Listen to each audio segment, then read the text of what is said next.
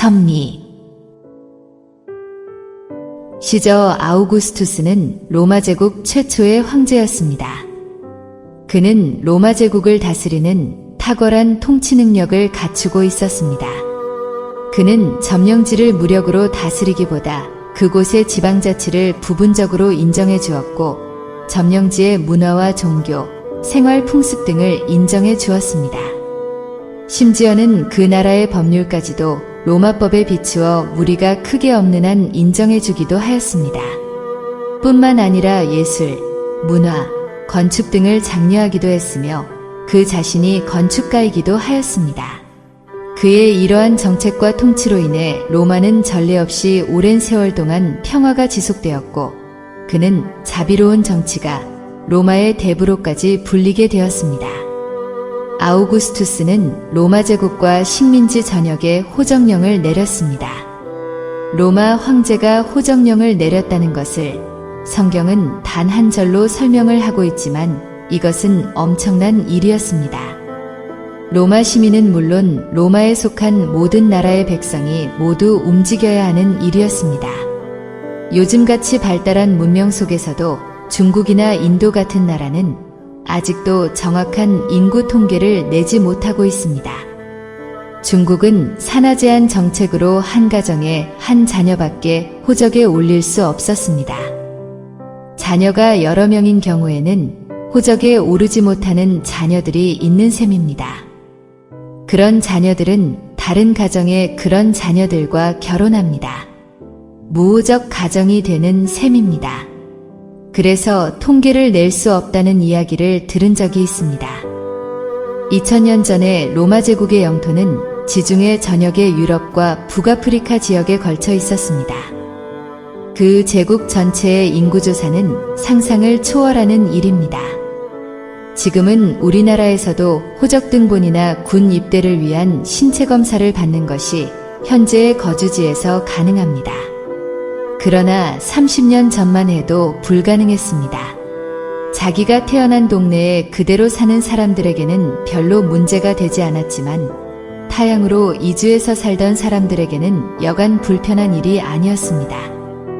호적등본 한 통을 발급받으려면 본적지 면사무소나 구청으로 가야 했습니다. 그러니 2000년 전에 로마 제국의 식민지인 이스라엘 백성들이 느꼈을 그 강제성은 오늘날의 것과는 비교할 수 없는 것이었습니다. 고대 사회에서 인구조사는 군인을 징집하고 세금을 거둘 목적으로 시행되었기 때문에 그것을 하는 것은 백성들에게 통치자의 속을 다 드러내는 것이나 다름이 없었습니다. 다윗이 인구조사를 했을 때 성경은 다윗이 사탄의 꼬임을 받아서 한 일이라고 말할 정도입니다. 그때 이스라엘 백성 중 7만 명이 전염병으로 죽게 되었습니다. 그 이유를 성경은 다윗이 인구조사를 했기 때문이라고 증거하고 있습니다.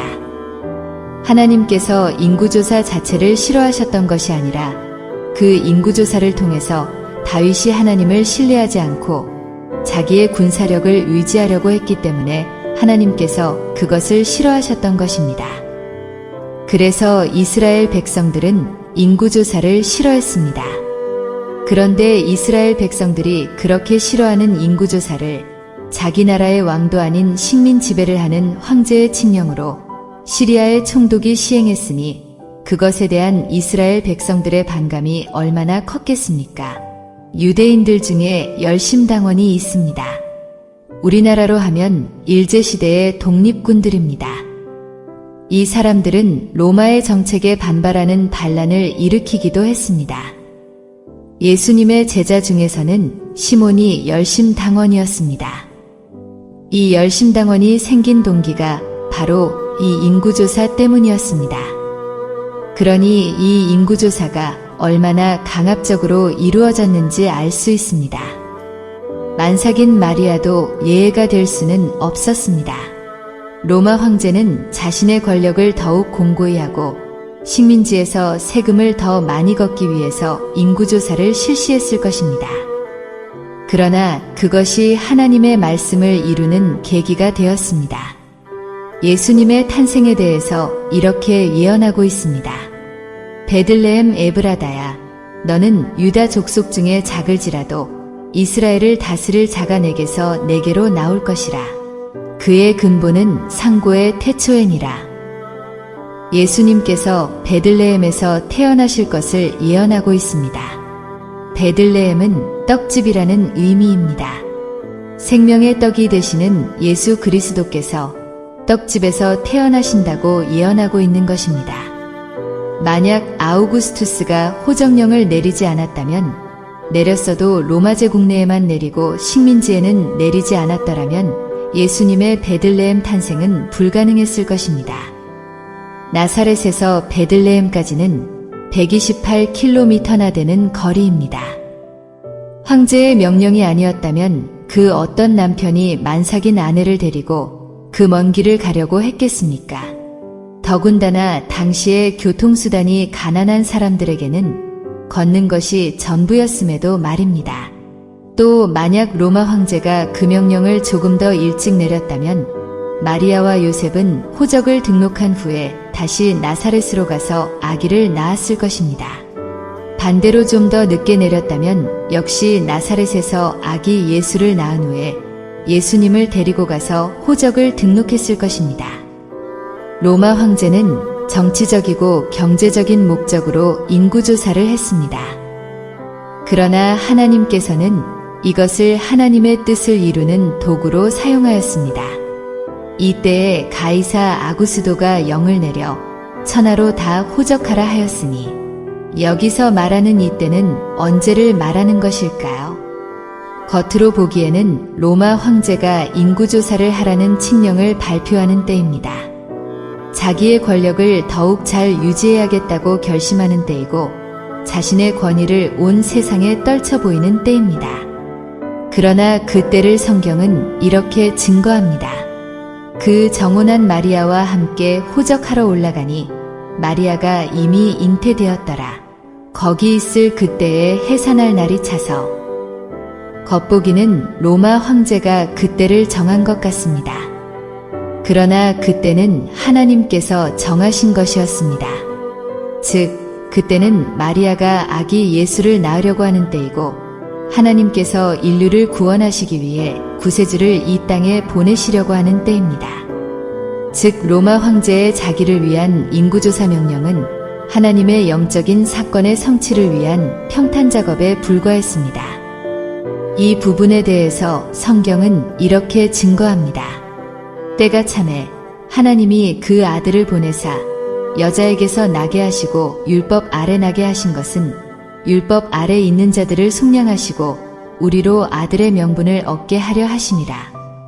하나님의 때가 찼다고 말씀하고 있습니다. 역사는 인간의 생각대로 굴러가는 것 같아도 하나님께서 역사를 주관하고 계십니다. 만약 당시에 오늘날과 같이 신문이 있었다고 한다면 로마일보에 어떤 기사가 났을까요? 로마 황제가 인구조사 명령을 내린 것이 대문짝만하게 났을 것입니다. 그로 인해서 국고가 얼마나 늘어날지도 기록되었을 것이고, 그 인구조사에 응하지 않으면 어떤 불이익을 당하게 되는지도 상세하게 설명이 되어 있었을 것입니다. 그러나 그에 비하면 마리아와 요셉이 아기 예수를 낳은 것은 아무런 기사거리도 되지 않을 것입니다. 또한 신문에 몇 줄로 기사화가 된다고 해도 거기에 관심을 기울일 사람은 거의 없습니다. 오히려 사람들은 인구조사가 자기 나라의 정치와 경제 등에 미칠 영향에 훨씬 더 많은 관심을 기울였을 것입니다. 그러나 하나님께서는 로마 황제와 일하지 않으시고 마리아와 요셉과 함께 하셨습니다. 하나님의 역사의 주연이 마리아와 요셉이었습니다. 로마 황제는 엑스트라에 불과했습니다. 얼마나 신비한 일인지 모릅니다. 우리나라는 5년에 한 번씩 대통령 선거가 있습니다. 여당과 야당의 대통령 후보는 자신만이 적임자이고 자신이 대통령이 되어야 대한민국을 구해낼 수 있고 상대는 그럴 능력은커녕 자격도 없음을 강조합니다. 대통령 후보의 말이 신문의 일면을 장식하고 추종자들은 자신이 지지하는 사람을 대통령으로 만드는 일에 여념이 없을 것입니다. 그러나 중요한 것은 누가 대통령이 되든지 하나님께서는 그와 일하지 않으시고 하나님의 자녀인 우리와 함께 하십니다. 우리는 각각의 사건들을 통해서 배후에서 역사를 주관하시는 하나님의 섭리를 살펴보았습니다. 앞으로도 인류의 역사는 하나님의 계획대로 전개되어질 것입니다. 그러나 우리는 로마 황제나 그 이후에 나타나는 상황들만 볼 수밖에 없습니다. 그러나 믿음의 눈으로 본다면 하나님의 역사와 섭리까지도 볼 수 있습니다. 성탄의 사건을 통하여서 하나님의 역사하심과 섭리하심의 교훈을 얻고 이 땅에서의 남은 시간을 지혜롭게 믿음으로 살아가시기 바랍니다.